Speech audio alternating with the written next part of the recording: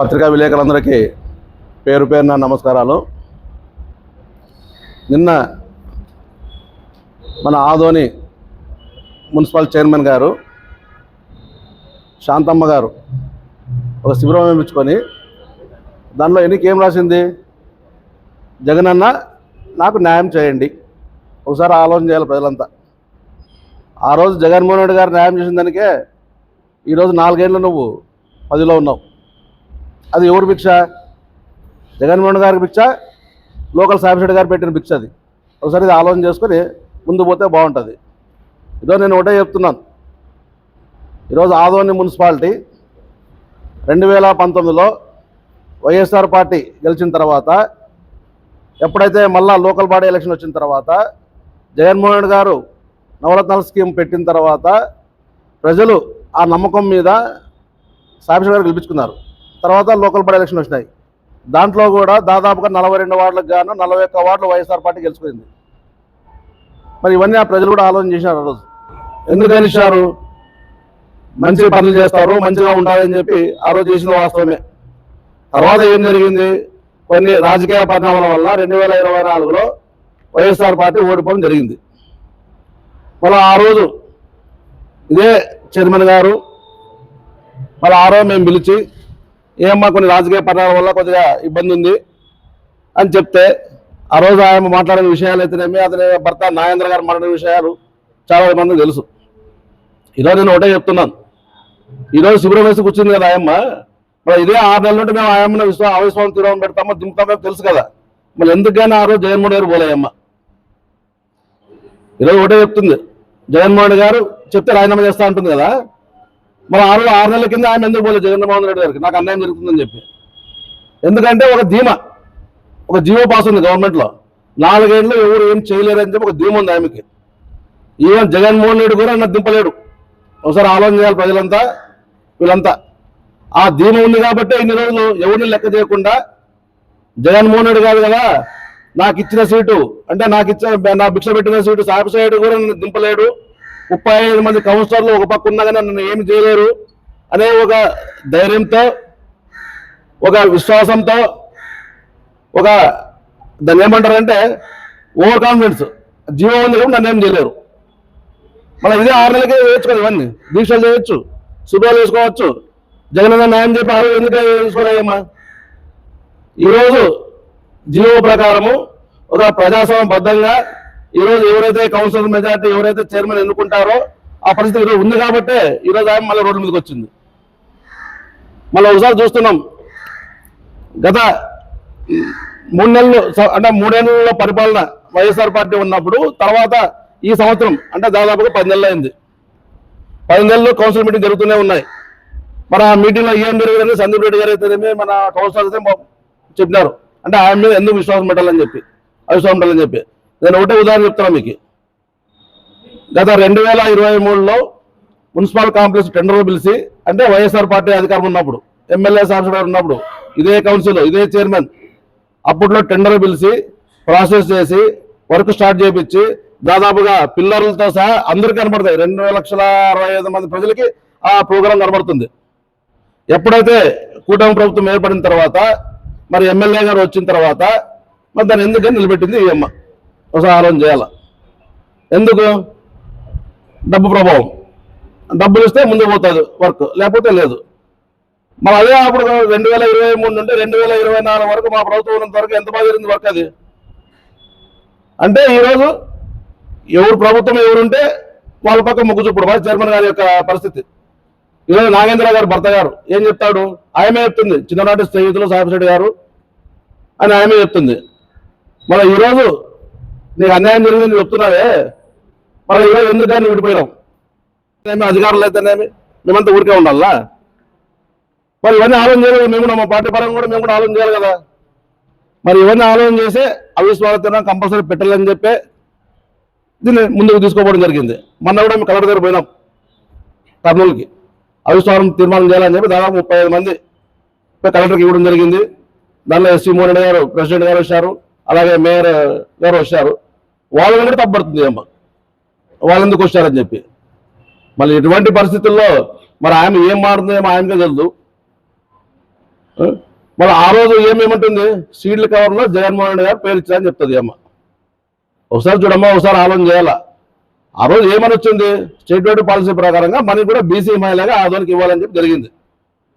ఆ రోజు 41 మంది కౌన్సిల్ గెలిచిన తర్వాత సాబిరెడ్డి గారు మా పార్టీ పెద్దలు ఎవరైతే ఉన్నారో వైఎస్ఆర్ పార్టీ పిలిచి ఎవరికైతే ఇస్తే బాగుంటుంది సీటు, ఎవరికి ఇవ్వాలి, ఎవరు దీనిలో అర్హులు అని ఆలోచన చేసిన తర్వాత సాబిరెడ్డి గారు మా ముందంతా చెప్పింది ఏమంటే, గత మున్సిపాలిటీ చరిత్రలో వాల్మీకి కులానికి ఒక సీట్ అంటే ఒక చైర్మన్ గా ఎప్పుడు ఇవ్వలేదు. గత టీడీపీలో అయితేనేమి, గత కాంగ్రెస్ ప్రభుత్వంలో అయితే కూడా ఎప్పుడు ఇవ్వలేదు. కాబట్టి ఈసారి అవకాశం వచ్చింది వాళ్ళకి, వాల్మీకుల వాళ్ళకి కంపల్సరీ వాల్మీకే ఇవ్వాలా అని చెప్పి ఆ రోజు మళ్ళీ ఎవరైతే పర్సన్ మంచి పర్సన్ ఏమో అని చెప్పి ఆ రోజు మేమంతా పెద్దలంతా మాట్లాడిన తర్వాత ఒక పేరు తీసుకోవడం జరిగింది. ఆ రోజు తెచ్చిన పేరే మన నాగేంద్ర గారి భార్య శాంత, ఇప్పుడు చైర్మన్ గారు. మనం ఎందుకు కానీ ఇవన్నీ ఆలోచన చేయడం ఆ రోజు అదే ఈ రోజు చైర్మన్ గారిని ఆ రోజు ప్రకటిస్తే సాబిరెడ్డి గారు, ఆ రోజు సాబిరెడ్డి దేవుడు, సాబిరెడ్డి గారు మాకు మంచి న్యాయం చేసినాడు, ఎంతో మంది ఎన్నో కోట్లు ఇస్తా ఉన్నా కూడా మరి అంత మీడియా తెలుసు, అంత మీడియా అంతా ఎంత సాక్షులే దీనికంతా. అయినా కానీ సాబిరెడ్డి నా మీద నమ్మకంతో మాకు ఇచ్చాడని చెప్పి ఆ రోజు వాళ్ళు చెప్పింది వాస్తవమా కాదా? మళ్ళీ ఈ రోజు ఆ విషయంకి వస్తే ఆయన ఏమంటది, కౌన్సిల్లో డబ్బులు తిన్నారని చెప్పి ఈ రోజు అంటుంది. ఒకసారి ఆలోచన చేయాలి, ఆయన ధోరణి ఎలా ఉంటుంది చూడండి. ఎప్పుడైతే ఆయన పదవిలో ఉన్నప్పుడు ఏ ఒక్క పైసా లేకుండా అని చెప్పి మళ్ళీ ఆ రోజు పదవి ఇస్తే ఆ రోజు డబ్బులు రాలే. ఈ రోజు ఆయన పరిస్థితులు బాగాలేదు, గవర్నమెంట్ లోకల్ ఎమ్మెల్యే సపోర్ట్ చేస్తూ ఇబ్బంది పెట్టడము ఇవన్నీ చేస్తున్నాడు. కాబట్టి మేము ఆయుష్మాన్ తీర్మానం పెట్టాలని చెప్పి ఒక విషయంతో వచ్చిన తర్వాత మళ్ళీ ఏ రోజు కౌన్సిల్ డబ్బులు చూస్తున్నారు, అది ఏమి చంద్రబాబు ఇచ్చినాడు, ఇవన్నీ చెప్పడం వాస్తవాలు కాదని ఒకసారి ఆలోచన చేయాల. ఒక పేరు చెప్పేటప్పుడు అది వాస్తవాలు నువ్వు చూసినావా? 50,000 ఇచ్చింది ఒక్కొక్కరికి. నువ్వేమన్నా ఎదురు నువ్వు ఇది చేసినావు, నువ్వేమన్నా ఏమన్నా పట్టించావా? ఏమన్నా నీ ఇష్టానుసారం నువ్వు మాట్లాడేనా పేరు పెట్టి? ఇది పద్ధతి ఎవరు నువ్వు? ఆ రోజు సాబిరెడ్డి గారిని చూసావు కాబట్టి నువ్వు సాబిరెడ్డి గారు ఆ రోజు టీడీపీ పార్టీలో ఉన్నప్పుడు సింహం గుర్తులో ఆ రోజు ఎమ్మెల్యే సింహం పార్టీ కూడా లక్ష్మీ పరశురాముడు వీళ్ళంతా ఒకటే గ్రూప్. అప్పుడు ఆ అభిమానంగా నమ్ముకున్నాడు అని చెప్పి చూస్తే నువ్వు సాబిరెడ్డి డబ్బులు తిన్నాడు చూడాలని ఎట్లుంటుంది చెప్పండి. అంటే ఆ విషయం వచ్చి ఆయన 4 గంటల కింద చూపిస్తే అప్పుడు ఈ డబ్బుల గురించి రాలే. ఏ జగన్మోహన్ రెడ్డి దేవుడు, సాబిరెడ్డి దేవుడు, కౌన్సిలర్ 35 మంది 41 మంది 41 మంది కౌన్సిలర్ దేవుళ్ళు ఆ రోజు. కానీ ఈ రోజు మాత్రము అందరూ లాలించమని చెప్పి చెప్పడము. మరి కాబట్టి దీన్ని దృష్టిలో పెట్టుకోవాలా. ఖచ్చితంగా అవిశ్వాసం పెడుతున్నారు, పెట్టింది కూడా పెట్టినాము. నిన్న కూడా ఇవ్వడం జరిగింది, మరి ఇమ్మీడియట్ గా ఆయన తగ్గిపోతే మంది. ఎందుకంటే మర్యాద లేనప్పుడు మరి ఏదో ఊరికే ఏదో చెప్పి చేయాలని చెప్పి మరి వైఎస్ఆర్ పార్టీ ఉందంటాడు.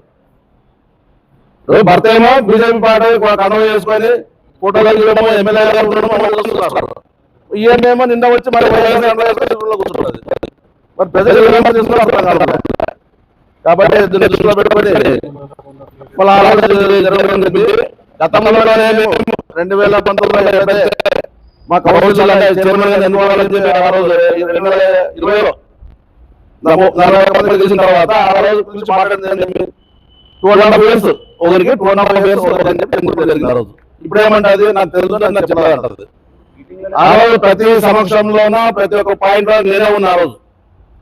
ఆ రోజు దాదాపుగా 5-6 మంది బీసీలు అంటే అందరూ సీనియర్ మోస్ట్ కౌన్సిలర్లే, ఒక్కొక్క 3 సంవత్సరాల వల్లే వాళ్ళంతా ప్రపోజల్ పెట్టారు, సీట్ మా కావాలని చెప్పి. ఏ ఎమ్ముకునే కాదని ఆ రోజు సీటు చైర్మన్ సీటు ఆ రోజు వస్తే ఆ రోజు మేమంతా వైఎస్ఆర్ పార్టీ కూర్చొని ఎవరైతే మంచి వ్యక్తి అంటే ఎవరైతే సీనియారిటీ ఎవరైతే అని చూసి మళ్ళా కులాల చూసి వాల్మీకులకి ఇవ్వలేదని చెప్పి ఆదోళన ఇంతవరకు అంటే ఆదోళన పుట్టినప్పటి నుండి అంటే ఎప్పుడైతే కౌన్సిల్ చైర్మన్ గారు వాల్మీకి ఆ దృష్టిలో పెట్టుకొని సాబిరెడ్డి గారు దూరదృష్టితో ఆలోచన చేసి వాల్మీకులకు సీట్ ఇవ్వాలని చెప్పి ఆ రోజు అందరినీ ఒప్పించి 41 మందిని ఆ రోజు ఇవ్వడం జరిగింది. అది వాస్తవం, అది అందరూ పెద్ద తెలుసు. దాని మనం తప్పితే మాట్లాడుకుంటా ఈ రోజు ప్రజలను తికమక పట్టిస్తూ అలాగే కౌన్సిలర్ తికమక పట్టిస్తూ ఏదో ఆయన ఇష్టానుసారం మాట్లాడింది. కాబట్టి దీన్ని ప్రజలు కూడా ఆలోచన చేశారు. అప్పుడే ప్రజలు కూడా చూసినారు ఈ 10 నెలలు చైర్మన్ గారి యొక్క ప్రవర్తనని. కాబట్టి దాన్ని దృష్టిలో పెట్టుకుని ఈ రోజు దాదాపుగా మాకు 35 మంది కౌన్సిలర్లు మద్దతు ఆయమను అవిశ్వాస తీర్మానం పెట్టడం నిన్న కర్నూలు పోయి కలెక్టర్ కూడా ఇచ్చాము. దాదాపుగా 10 రోజుల్లో మాకు నోటీసులు వస్తాయి. కౌన్సిలర్లకి ఇమ్మీడియట్ గా ఆయమను దింపే ప్రసక్తే చేస్తాం తప్పితే ఇంకా వేరే ఆలోచన లేదని చెప్పి నేను మా కౌన్సిలర్ తరఫున అయితేనేమి మా పార్టీ తరఫున వైఎస్ఆర్ పార్టీ తరఫున చెప్తున్నాం. హే గైస్, ఈ రెస్టారెంట్ లో 1 కాదు 2 కాదు 12 వెరైటీస్ ఆఫ్ బిర్యానీ దొరుకుతాయి. ఈ రెస్టారెంట్ పేరు ఊరని వీడియోలో చెప్తా, వీడియో స్కిప్ కాకుండా వీడియో లాస్ట్ దాకా చూడండి. రండి రారండి మన ఆదోని ప్రజలారా. ఈ రెస్టారెంట్ అంబియన్స్ మొత్తం వేరే లెవెల్ ఉంది అనుకోండి. చిన్న పిల్లలకైతే పిచ్చి పిచ్చిగా నచ్చుతుంది. ఇంకా ఫుడ్ అయితే మేము తిన్న ప్రతి ఐటమ్ నెక్స్ట్ లెవెల్ ఉంది. ప్లేట్ లో బిర్యానీ వేస్తుంటే నోరు ఊరుతుంది. ఆ చికెన్ బిర్యానీలో ముక్కలు, ఆ చిట్టి ముత్తల రైస్ పలావు, ఆ రాయలసీమ చికెన్ అయితే అబ్బబ్బబ్బబ్బా వేరే లెవెల్ ఉన్నాయనుకోండి. మస్ట్ ట్రై ఐటమ్స్ అన్ని కింద క్యాప్షన్ లో పెడతామమ్మా, టెన్షన్ ఏం తీసుకోవద్దు. ఈ రెస్టారెంట్ వచ్చేసి ఆదోని బైపాస్ లో బసవేశ్వర సర్కిల్ దగ్గరలో ఉంది. వీళ్ళ అడ్రస్ అండ్ అదర్ డీటెయిల్స్ అన్ని కింద క్యాప్షన్ లో పెడతామమ్మా. ఆదోనిలో ఉండే ప్రజలందరూ తృప్తిగా భోజనం చేయాలంటే ఈ తృప్తి భోజనశాలకి వెళ్ళొచ్చు. మామ అన్నట్టు చెప్పడం మర్చిపోయా, వీళ్ళ దగ్గర మంచి chicken and mutton combo offers కూడా ఉన్నాయి మామ. ఈ రెస్టారెంట్ లో వెజ్ ఐటమ్స్ కూడా నెక్స్ట్ లెవెల్ మామ. నెక్స్ట్